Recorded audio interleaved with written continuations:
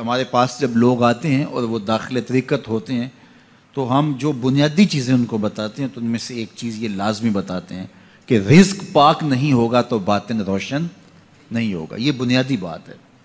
اگر رزق پاک نہیں ہے تو میرے حضور نے ارشاد فرمایا کہ ایک بندہ سفر کر کے کعبۃ اللہ کے صحن میں پہنچتا ہے اور کعبے کے پردوں کو تھام رہا ہے, وہ یمد یدیہ, اور لمبے لمبے ہاتھ کر کے کہتا ہے اے اللہ, لیکن اس کا کھانا حرام ہے, اس کا پینا حرام ہے, اس کا لباس حرام ہے, وہ غذا بالحرام, اس کو غذا حرام سے دی گئی ہے. میرے حضور نے فرمایا اس کی کوئی دعا قبول نہیں ہوگی. سفر کیا, جنگل پہاڑ کاٹے, سمندروں کو پاٹ کر کے آگے گیا, ہواؤں کے کلیجے چیر کے آگے بڑھا, مہینوں کی مسافتیں طے کر کے گیا اور کعبۃ اللہ کے سامنے کھڑا ہے, سین حرم میں مطاف میں کھڑا ہے, لیکن اس کا جسم حرام سے پلا ہے. اس نے جو پہنا ہے اس لباس کا تانا یا بانا حرام کا ہے, اس کو غذا حرام کی دی گئی ہے, اس نے پیا حرام کا ہے, اس نے کھایا حرام کا ہے, تو پھر اس کا یہ سارا سفر رائے گاں چلا جائے گا, اس کو کچھ نصیب نہیں ہوگا. تو سب سے پہلی شرط اس عنوان سے عقل حلال ہے. اس کے بعد پہ صدق مقال ہے کہ آپ کی زبان جھوٹ نہ بولے. جب کوئی شخص جھوٹ بولتا ہے, روحانیات تو دور کی بات ہے, اللہ کے فرشتے اس سے 1 میل دور ہٹ جاتے ہیں. جب کوئی شخص جھوٹ بولتا ہے تو حدیث پاک میں آتا ہے اس کے منہ سے ایک خاص قسم کی بدبو نکلتی ہے. اس بدبو کو ہم نہیں سونگھ پاتے لیکن فرشتے سونگھ لیتے ہیں, چونکہ فرشتے انتہائی حساس مخلوق ہے, اور وہ جھوٹ کی وجہ سے نکلنے والی بدبو کو سونگھتے ہیں. اللہ نے حضرت امام اعظم امام ابو حنیفہ رضی اللہ تعالیٰ عنہ کو یہ بصیرت عطا کی تھی اور یہ باطنی نظر بخشی تھی کہ جب کوئی شخص وضو کرتا تھا تو اس کے وضو کے پانی سے پہچان لیتے تھے کہ یہ کس گناہ کا مجرم ہے. جب بندہ وضو کرتا ہے تو وضو سے ہاتھوں کے گناہ جھڑتے ہیں, منہ کے گناہ جھڑتے ہیں, تو وہ وضو کے پانی سے اس بات کو محسوس کرتے تھے. اللہ نے ان کو وہ بصیرت عطا کی تھی, لیکن انہوں نے اللہ کی بارگاہ میں عرض کی مالک مجھ سے یہ چیز چھین لے, یہ چیز مجھے نہیں چاہیے. لوگوں کے بارے میں جو ہے وہ ایسا گمان پھر پیدا ہوتا ہے. تو فرشتوں کو اللہ نے وہ حساس جو ہے وہ پاکیزہ وجود دیا, اور ان کی حس ایسی ہے کہ وہ بدبو جو انسان بولتا ہے اور لفظوں سے جو اثرات نکلتے ہیں وہ محسوس کرتے ہیں. تو جب کوئی شخص جھوٹ بولتا ہے تو اس کے جسم سے, اس کی زبان سے جھوٹ کے ساتھ بدبو نکلتی ہے. اللہ کے فرشتے 1 میل دور تک پیچھے ہٹ جاتے ہیں. تو مجھے بتائیے, جو شخص جھوٹ بولتا ہو کیا اسے کوئی روحانی مرتبہ مل سکتا ہے؟ یہ سوچا بھی نہیں جا سکتا, یہ امکانات سے ہی نہیں ہے. اللہ کے محبوب علیہ السلام سے پوچھا گیا کہ حضور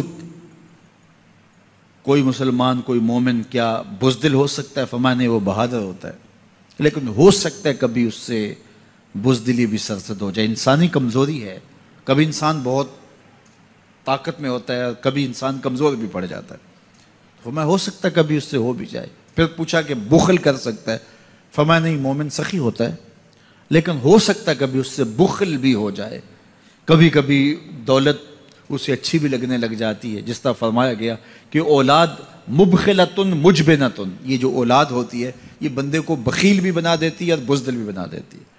جب اولاد نہیں ہوتی تو بندہ سخی بھی ہوتا ہے اور بندہ جو ہے وہ مشکل حالات میں بھی کود جاتا ہے, لیکن جب اولاد ہوتی ہے تو پھر مشکل حالات میں کودنے سے پہلے سوچتا ہے میرے بچے ہیں یتیم ہو جائیں گے.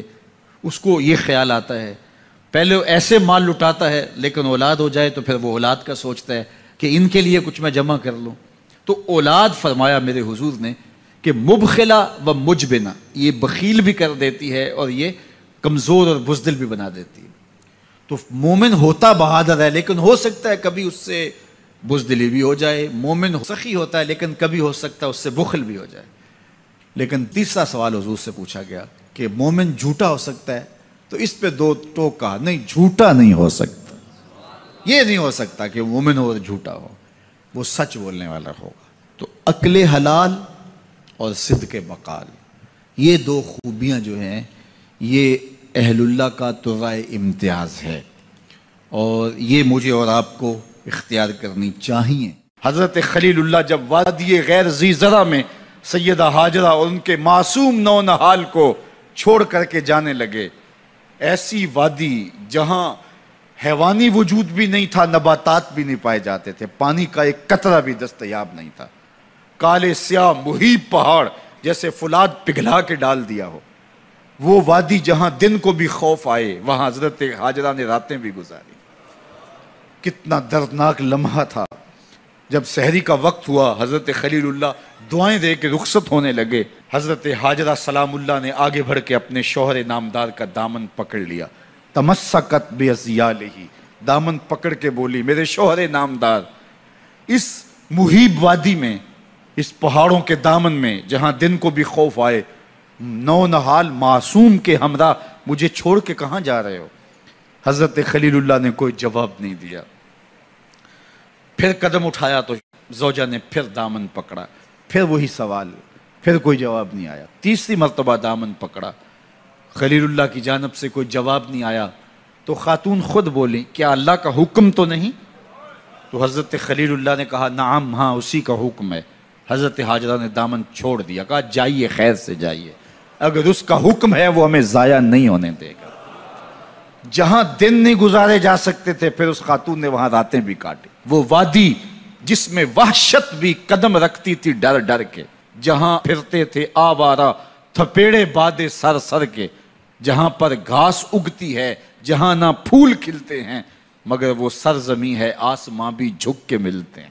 اپنی پاک باز بیوی اور نونہال بیٹے کو چھوڑ کے حضرت خلیل اللہ دعائیں دے کے رخصت ہو گئے۔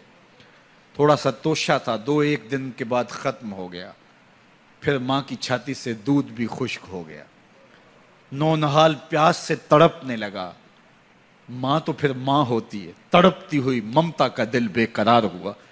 ایک پتھر کے سائے میں معصوم اسماعیل علیہ السلام کو لٹایا اور پانی کی تلاش میں جبل صفا پہ چڑھی۔ اطراف میں آسمانوں کی طرف دیکھا، کہیں کوئی پرندے اڑتے دکھائی دیں اور پانی کا نشان ملے اور میں وہاں سے بیٹے کے لیے 2 بوند لے آؤں، لیکن کچھ دکھائی نہیں دیا۔ تا حد نظر پھیلا ہوا آسمان ہی آسمان ہے اور پہاڑ ہی پہاڑ نیچے دکھائی دیتے ہیں۔ پھر مروہ پہ آئیں، درمیان میں نشیبی جگہ تھی، وہاں بیٹے کا من موہنا چہرہ دکھائی نہیں دیتا تھا، دوڑ کے گزری اور جا کے صفا پہ گھوم کے دیکھا، کچھ نظر نہیں آیا۔ ادھر بھی دیکھ لیا، ادھر بھی دیکھ لیا، لیکن ماں تھی۔ پھر دوبارہ صفا پہ آئی، صفا پہ دیکھا، کچھ دکھائی نہیں دیا۔ پھر تڑپ کے مروہ پہ آئیں، وہاں پھر دیکھا، کچھ دکھائی نہیں دیا۔ پھر صفا پہ آئی، کبھی صفا پہ کبھی مروہ پہ، تڑپتی ہوئی ماں کی ممتا، بے قرار دل، ادھر پانی کی پیاس سے تڑپتا ہوا معصوم اسماعیل پتھر کی اوٹ میں، درمیان سے ماں گزرتی ہے تو بھاگ کے گزرتی ہے کہ بیٹے کا من مونا چہرہ بھی نگاہوں کے سامنے رہے۔ ذرا منظر تو دیکھو کتنا دل آویز ہے۔ اللہ اکبر، سینوں میں پتے پانی ہو جائیں، پتھر بھی ہو تو پگھل جائے اس زہرہ گداز داستان سے، لیکن اللہ پر توکل اور ماں کی بے قراریاں، کبھی صفا پہ کبھی مروہ پہ، زبان پہ شکایت نہیں ہے۔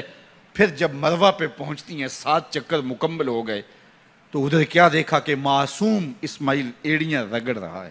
ماں کا دل ڈولنے لگا کہ بیٹا آخری لمحوں میں دوڑی کہ بیٹے کو جا کے اپنی چھاتی سے چمٹاؤں، ہو سکتا ہے 2 قطرے دودھ کے اس کی زندگی کی آس بندھا دیں۔